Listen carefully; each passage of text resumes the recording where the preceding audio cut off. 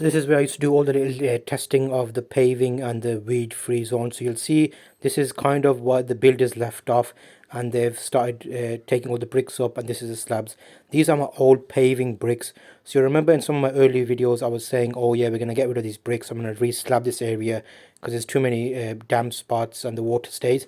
So the builders are here. It took them 2 days basically. We've got a ton of sand screed and 20 slabs which are going to replace where those bricks have come out from. Also, you'll notice I had a soil pipe that's going to be joined onto the manhole.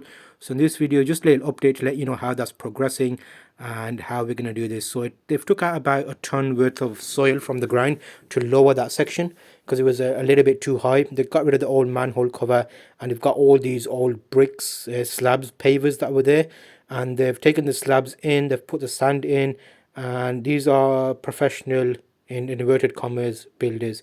You'll see how they do with the end and how good the result is. I would give it about, well, I'll say the score for the end. So you'll notice that the garden comes in, they brought the slabs in, and these are the slabs piled up here, and they're going to be replacing that section. I prefer slabs to paving because slabs are easier to maintain. There's less likelihood of having damp spots and bricks sinking. So this is half of the sandbag from the big ton outside. This is when they've removed all the paving and they've leveled off the ground. They're going to do a slope. They've replaced my manhole drain cover with like this plastic round one. They've put the soil pipe in the ground, which was day one. So all of that has been cleaned up and ready for the slabs to go down. So you'll notice there's a little darker spot there. That's where the old bricks were up to. So we've lowered this whole ground a little bit lower just to stop water being retained by the wall, and the drain is there. So overall, once they did all their work, I basically let them get on with it because I was busy with other stuff. And these are the slabs. Overall, reasonable. They've put the slabs in, but they've left all the gaps. They've not put anything in the gaps at all. So now this makes me think this is why people have problems with weeds growing, because the builders will do the job and leave the gaps just there. So over time, with the wind and birds, they drop seeds and those start growing with the air, the wind, everything blows into these gaps, and then you get all sorts of grass and stuff growing. Look at that amazing workmanship around the drain cover. So this is why I'm always on the case of these builders, because you know this could have been a lot better. They've just kind of botched it and done one. So I will need to go through and put some sand in these gaps just to seal up the slabs, which then allows, see that gap there? This is where weeds start growing. So they have put a plastic membrane under these slabs, and look, they haven't even lined up those side slabs with the lining. So overall, a little bit disheartening. However, uh, you know, it's something to consider. This is why I'm always, if you notice my videos, I'm always on the case of builders. There may be, no, there may be some out there that are good, but yeah, everyone I've had has not been excellent. Look at that double join there. What's going on in that corner? So yes, now the drain pipe is under these. I need to go around and make my sand cement mix. What I will do is give you an overview of, this is the final where the builders left off, and the drain kind of goes into there and underground into the manhole cover. So I'm gonna have to make up a mix of sand and cement, dry mix to stop the weed gaps. So I'm going to show you that in maybe a separate video. I'll give you a little highlight in this video.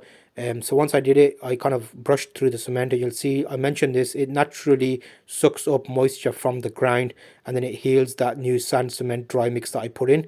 Those are any water use, so I'll show you that in a separate video. I used a brush, but I'm going to give you a little overview here. So basically that's sand and cement mix. I'll show you the ratio. I'm just using my hand to give you an example of here. I was using a brush to push it into the gaps, but underneath here there is a gap here which was is filled now with this sand. Just simply brushing it over. It's low effort, low maintenance way of doing this. Once it heals, it creates a nice barrier. The main goal here is, if you do this at the starting, seeds won't have a chance to get into these gaps to grow up.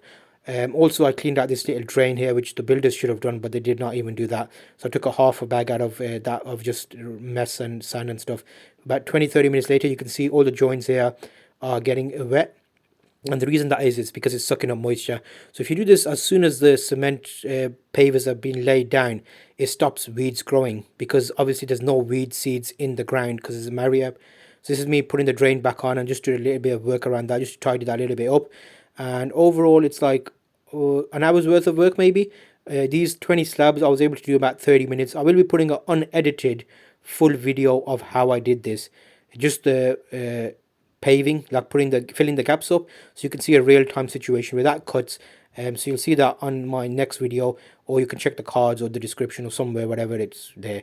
So yeah, overall, I'll leave you some links to some of the stuff I used in the description, or just check out one of the other videos. But just go to builder's merchant, ask for cement and building sand, and you will be on your way to basically get it done. So you'll see I've got a camera here that I did a time lapse video on, and a full uncut video of like a point of view, just to show you how this works out. And there's 20 slabs there. That's how big this area was.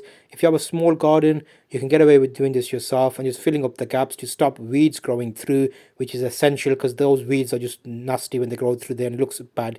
On screen, you see the next video in this series, and I'll hopefully see you on that next video.